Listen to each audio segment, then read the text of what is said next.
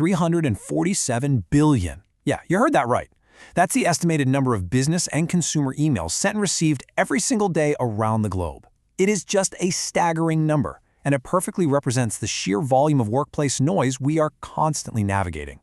With that kind of noise level, the stakes for your professional communication and your daily focus have literally never been higher. So, welcome to today's Explainer. We are essentially handing you the definitive survival toolkit for your career. We're taking hours and hours of extensive, top-tier corporate training and distilling it down into actionable, everyday frameworks that you can start using right now to cut through all that noise and really stand out. Here's the game plan for our masterclass today. We're going to cover prioritizing your valuable time, the 4 communication building blocks, the art of feedback, managing project stakeholders, and finally, running meetings that actually work. Let's dive right into Tool 1, Time Defense. It's all about prioritizing your valuable time. Look, you simply can't communicate effectively, let alone manage complex projects, if you're constantly just drowning in low-value, time-wasting tasks, right? So it all starts with identifying your MVAs, or most valuable activities. What are these?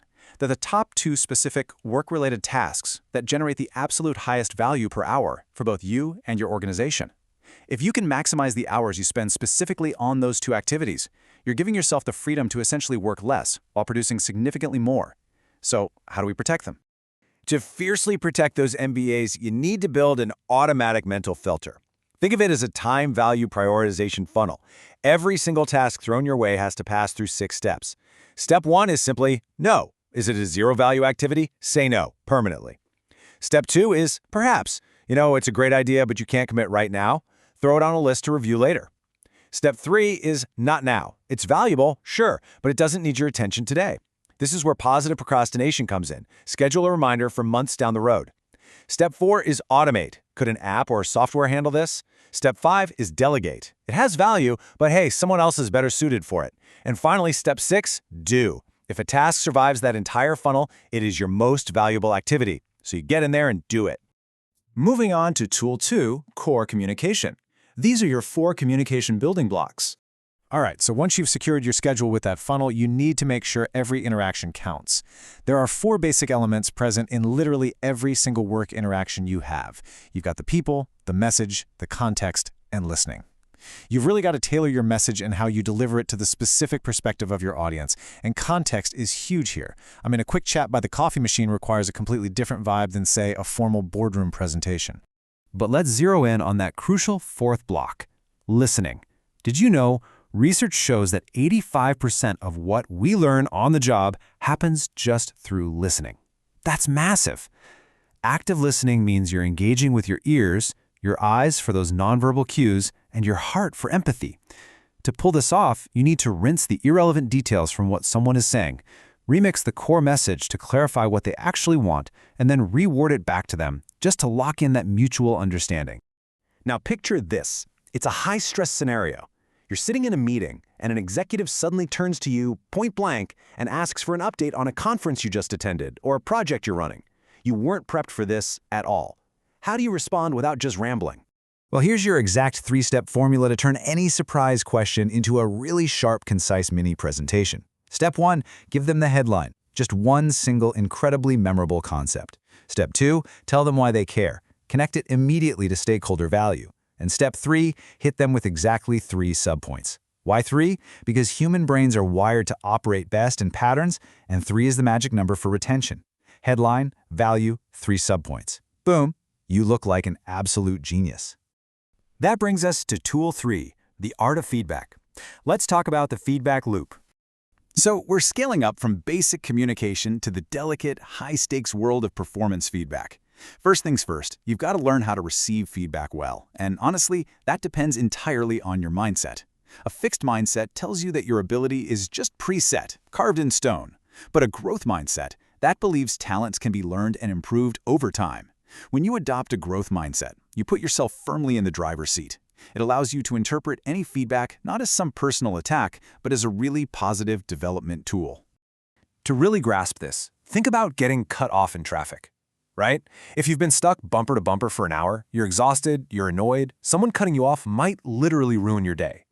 But let's say you just got a massive promotion. You're on top of the world, blasting your favorite song. You probably barely even notice that same driver. Your emotional state is what dictates the story you tell yourself. The exact same thing applies to feedback. Don't try to process critical feedback when you're feeling overwhelmed. Just take a breather, wait for your emotions to settle down, and then you can view it objectively for what it is. Helpful advice. Okay, but what about giving feedback? Here's a really straightforward 5-step framework so you can help your colleagues level up without triggering their defensive reflexes. First, prepare your key messages in advance. Don't wing it. Next, tailor your communication style to that specific person. Third, make sure your tone is highly supportive, not critical. You're on their side. Fourth, stick to objective facts and concrete examples rather than just throwing out personal opinions. And finally, above all else, listen. Feedback has to be a two-way collaborative dialogue, not just a one-way lecture. Next up is Tool 4, Stakeholder Strategy. Let's look at managing project stakeholders. Now we're scaling up again to navigate those complex group dynamics. A brilliant way to do this is by systematically categorizing the people invested in your work using the power and interest grid. You basically map out your stakeholders based on how much power they hold in the organization and how much interest they actually have in your specific project. So, a high-power, high-interest stakeholder, you need to manage them closely. A high-power, low-interest person, just keep them satisfied with high-level updates. If they're low-power but high-interest, keep them informed. And low-power, low-interest, just monitor the situation. Doing this instantly clarifies exactly how heavily you need to communicate with every single group. But hey, what happens when one of those high-power executives hits you with a tough, emotionally charged question? Like, let's say your project is struggling, and they demand to know why they shouldn't just pull the plug immediately. Take a breath and calmly deploy the NICE method. N is for never get upset. Keep your cool. I is illustrate the problem with highly specific examples. E stands for empathize with their frustration. Let them know you get it.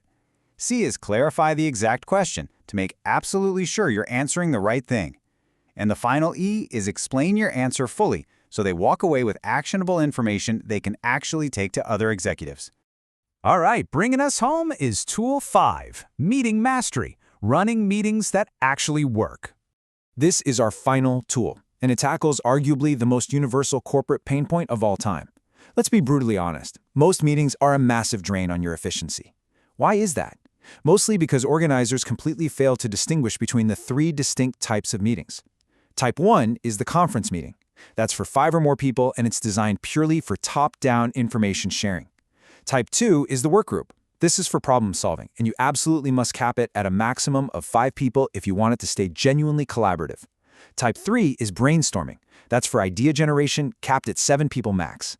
If you mix these distinct types up, your meeting is pretty much guaranteed to fail. So if you want to run ruthlessly efficient workgroup meetings, use the SHARKS framework. S means state the agenda the exact second you start. H is for hijackers beware. We've all seen meetings get completely derailed, right? So politely take those off-topic points offline. A means add relevant info. Only speak up if you're actively adding value, not just saying you agree. R is repeat the agenda at the end to verify what was actually accomplished. K is keep it small and short. And S is schedule outside the meeting. Never, ever waste 5 people's time sitting there trying to sync up your calendars. Just do that over email. Oh, and a super quick bonus tip for what happens after your meetings: beware of purple prose in your follow-up reports. Overly complex, jargon-heavy language is usually just a patchwork blanket hiding bad ideas. If your project is delayed, please don't say you are realigning deliverables for optimal paradigm shifts. Just say it's delayed. You really want to keep your written communication clear, active, and brief. All right, we've covered a lot of ground today. Time defense, core communication, feedback, stakeholder strategy, and meeting mastery. So my challenge to you right now is this. Which of these 5 tools are you going to implement in your very next Workday interaction? Seriously, don't just finish this explainer and move on with your day like nothing happened. Grab one of these frameworks, test it out today, and keep exploring your true professional potential. Thanks so much for hanging out with us.